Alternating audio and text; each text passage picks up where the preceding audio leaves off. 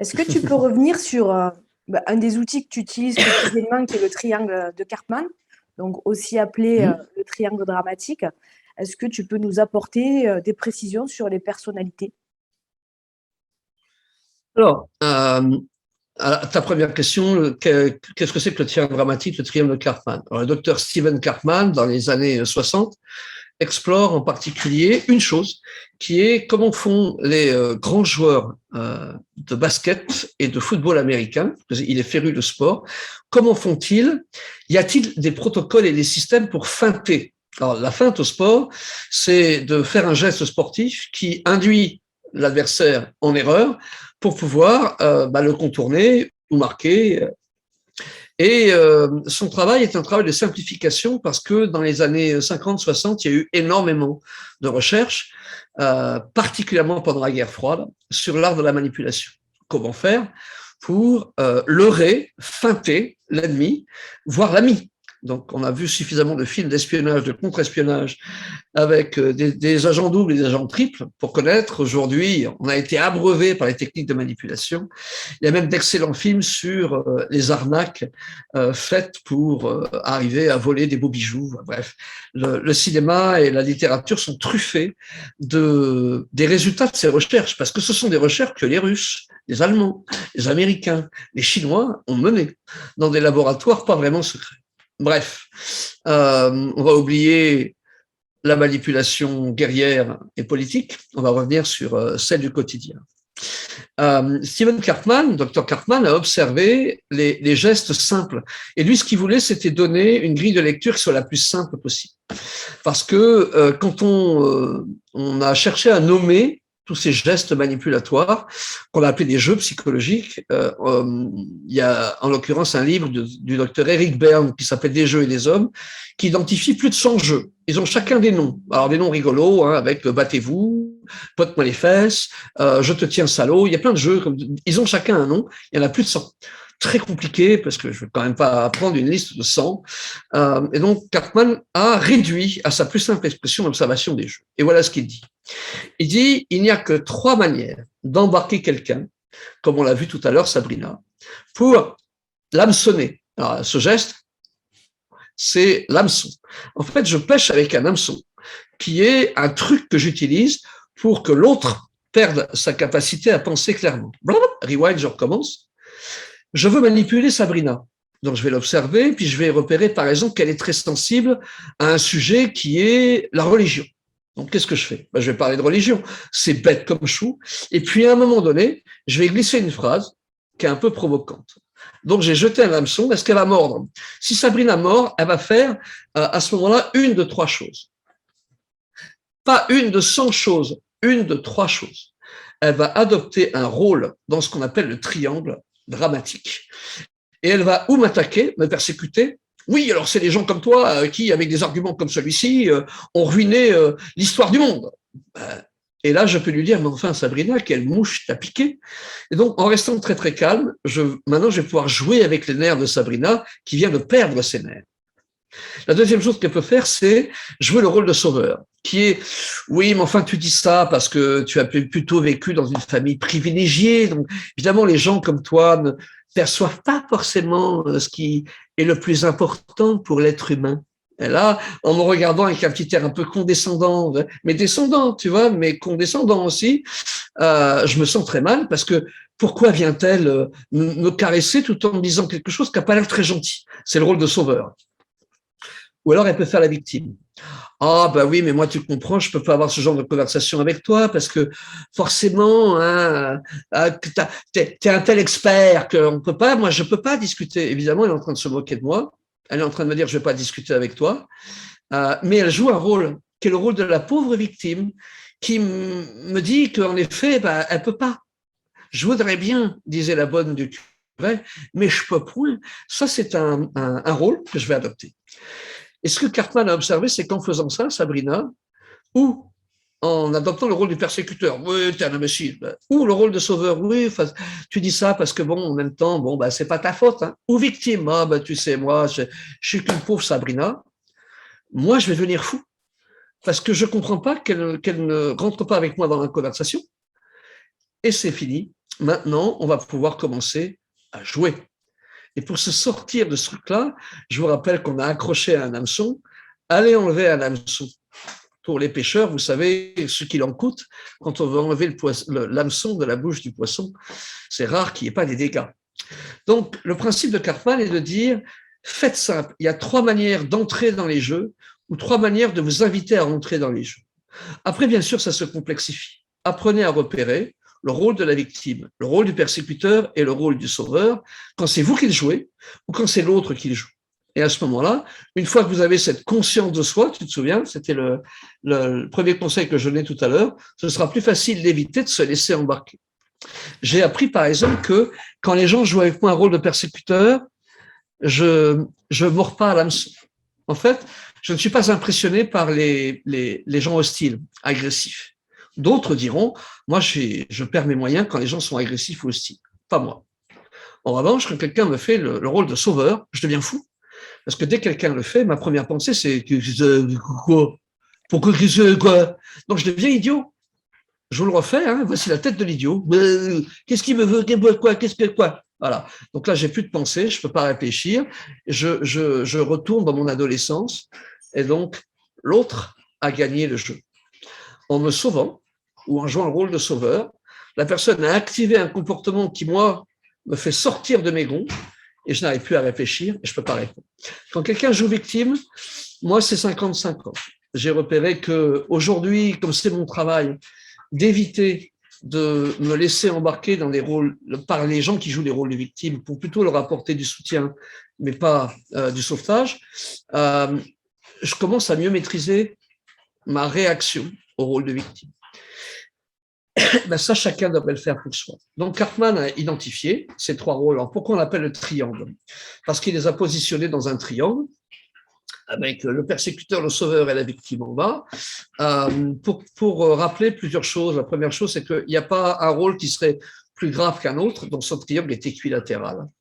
Donc les 3 côtés sont de même longueur. Et de nous rappeler qu'en fait, on tourne dans le triangle.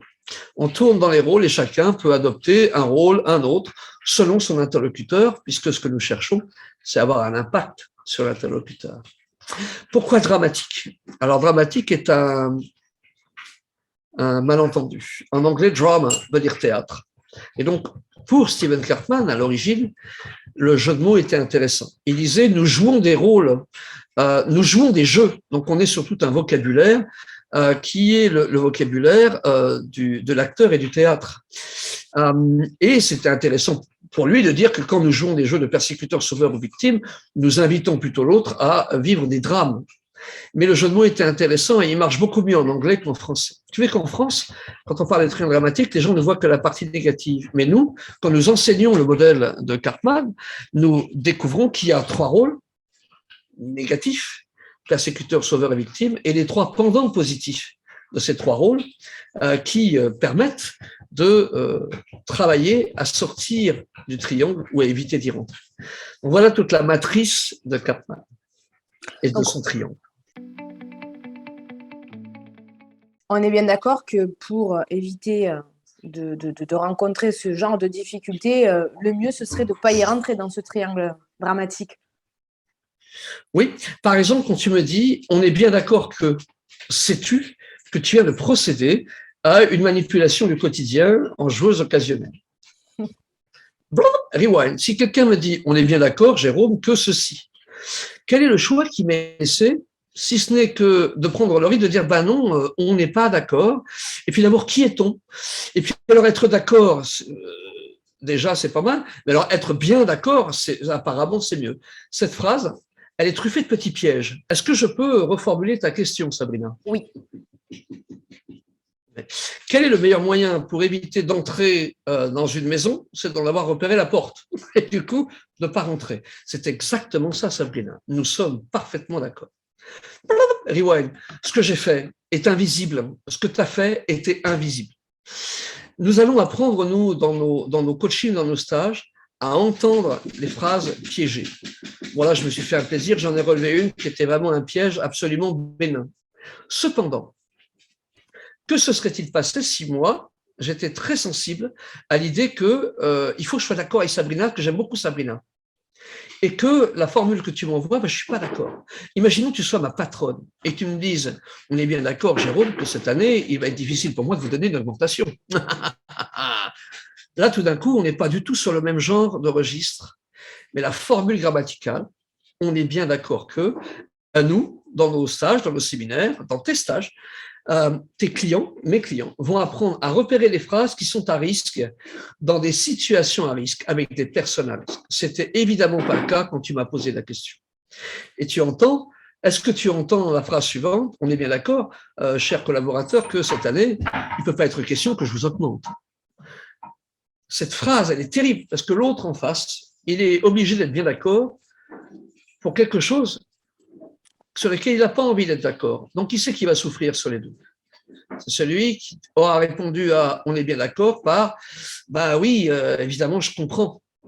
Et alors, quand la personne s'en va, qu'est-ce qu'elle ressent? Un malaise. Et là, on revient, rewind, à ta première question. Comment je sais que j'ai été manipulé? Je me sens pas bien avec une réponse que j'ai faite à quelqu'un. La personne m'a dit « on est bien d'accord que je ne peux pas vous augmenter cette année eu égard à la crise ».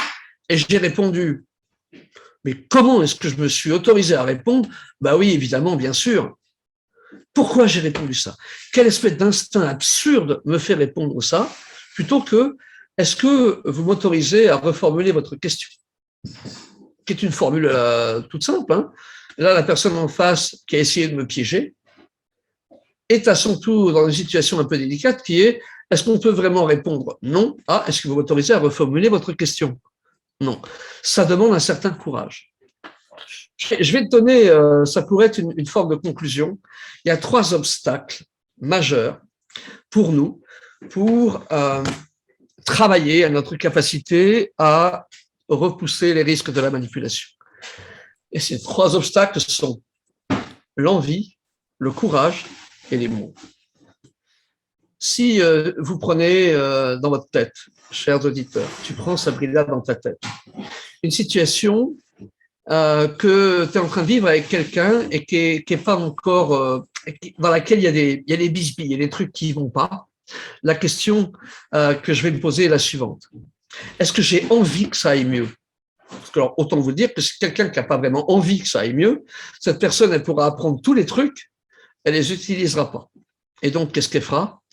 Elle s'auto-manipulera et elle manipulera l'autre pour ne pas résoudre le problème. Pourquoi? Parce que dans le fond, elle n'a pas envie que le problème se résolve.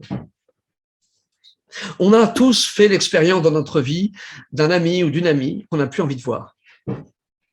Ben, voilà un exemple qui est l'ami téléphone pour inviter à boire un coup. Je n'ai pas envie d'y aller. Le deuxième ingrédient obstacle, c'est le courage. On peut avoir très envie de résoudre un problème avec un membre de la famille, par exemple. Seulement, l'idée d'ouvrir la boîte de Pandore, c'est-à-dire de prendre le risque de se dire des choses, de faire remonter à la surface des trucs anciens, j'ai envie de résoudre le problème, mais je n'ai pas le courage d'affronter les conséquences de la communication. Donc, quelqu'un qui n'a pas le courage d'affronter les conséquences de la communication saine, à cette personne, on pourra lui donner tous les outils qu'on veut, elle n'y arrivera pas. Le dernier obstacle, c'est Sabrina, peut-être que tu pourrais me dire, moi, avec oncle André, je ne sais pas lui parler.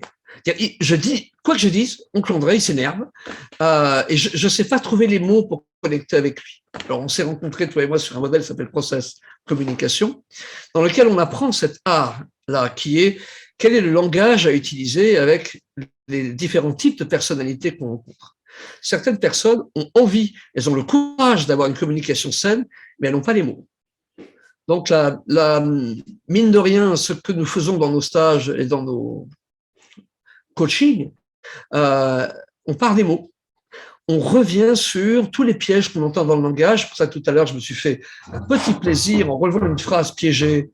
On est bien d'accord que, pour dire, voilà, humblement, nous sommes sur le 3e obstacle, qui est déjà, on va vérifier que une fois qu'on aura l'envie et le courage, on aura les mots pour le dire. Et l'envie et le courage sont des choses qui peuvent s'apprendre, parce que maintenant, je sais les mots qu'il faut dire, mais ça peut ne pas suffire. Donc, il y a une décision personnelle, et cette décision, c'est j'ai envie d'avoir une vie saine des relations saines et une communication saine.